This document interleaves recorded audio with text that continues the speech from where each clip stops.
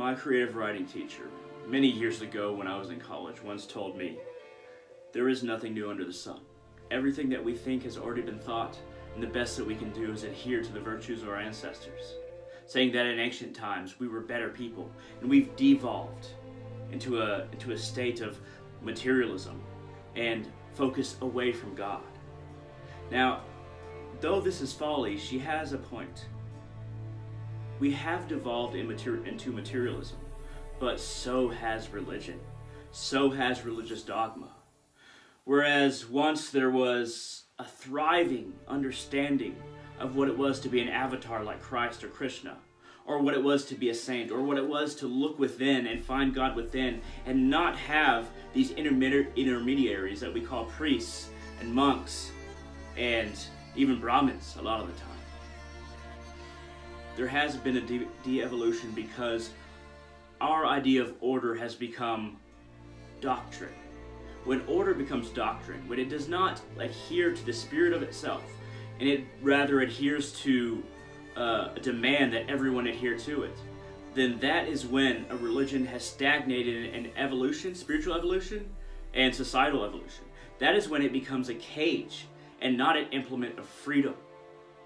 Now, there are many people whose culture, whose tribes took many centuries to get converted into Christianity, Islam, even some Judaism, or other spiritual traditions that are more dogmatic. Not all spiritual traditions, like Hinduism, has stayed very, I think, non-dogmatic, though there are dogmatic Hindus. It took many centuries for many peoples to come into the so-called fold of a particular religion. And what we find is that they have lost their spirituality. When a people or a person is forced into believing this or that, when there is only one book that can allow you to conceptualize God and the universe, then you have no hope of connecting to God yourself. You have no hope of being self-reliant spiritually. You are instead told that you must be reliant upon institution for your spirituality, for your religion. And this is appealing to many people because in society, in materialistic society, we attach ourselves to that which is concrete, that which is easy to understand, that which is safe. And dogmatic religion feels safe because okay, if I just believe this, if I just do this, then I can go to heaven forever and ever. And heaven's better than here. And I can go to heaven forever and ever, and I'll be beside God forever. I'll be beside Jesus Christ forever. And I won't have to realize anything else. I will just live by the best experiences that I've had on this earth, and they will be replicated in heaven. Where is the depth to that? Where is the spirituality to that? Where is the understanding to that? Does God just want us to fall in line? To not be individual souls? And if we all have souls, then why not be our own individual soul? Why not have our own personal mission? Maybe we don't even decide upon this mission. Maybe this mission is the mission of our soul. And maybe we all fit into the cosmos. Maybe we are all part of God. And this is very important. Maybe we are all different pieces of God with our own mission and our own journey home.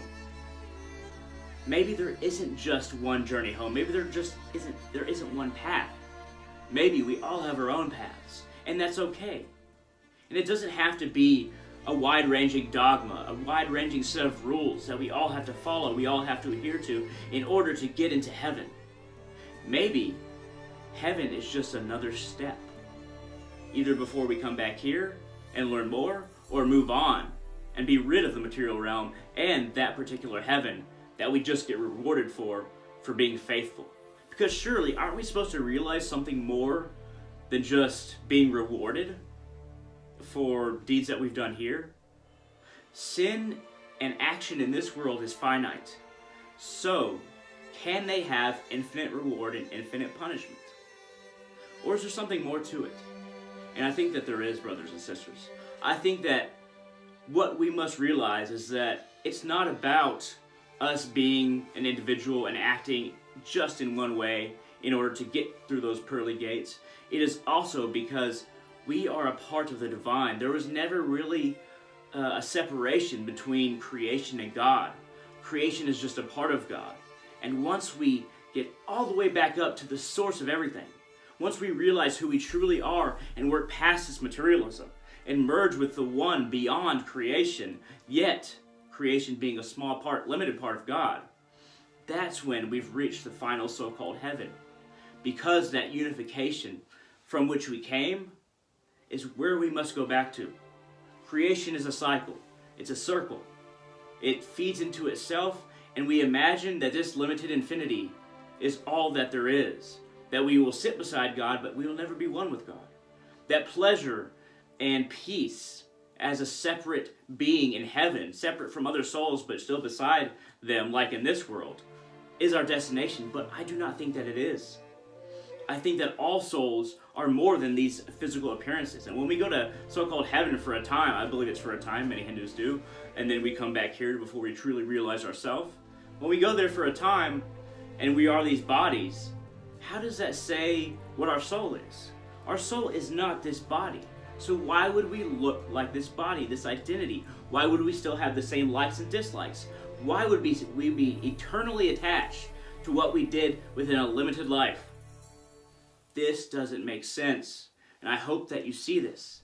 It is like we are walking through a dark cave, a dark tunnel, and these pinpricks of light are all that illuminates, but we imagine that that is the only light there is.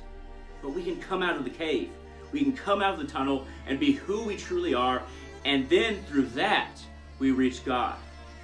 The ego is lesser than who we are. Desires and fears are lesser than who we are. Gratification and an identity associated with a particular people, a particular family, and nothing else is not who we are. We are ultimately attached to everything, but not through desire and fear, but through experience.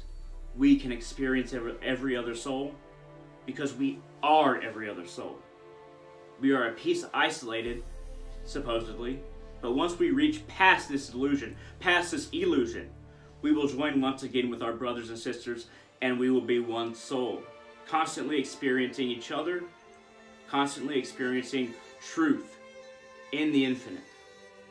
So, this has been a video, and it's been a spiritual one, I like to say. But it really is time for no more religious dogma, because it's holding us back.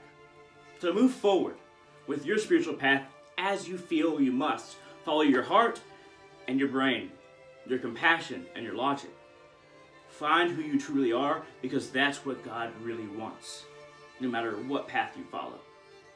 Thank you very much for watching, and I hope all of you find yourselves.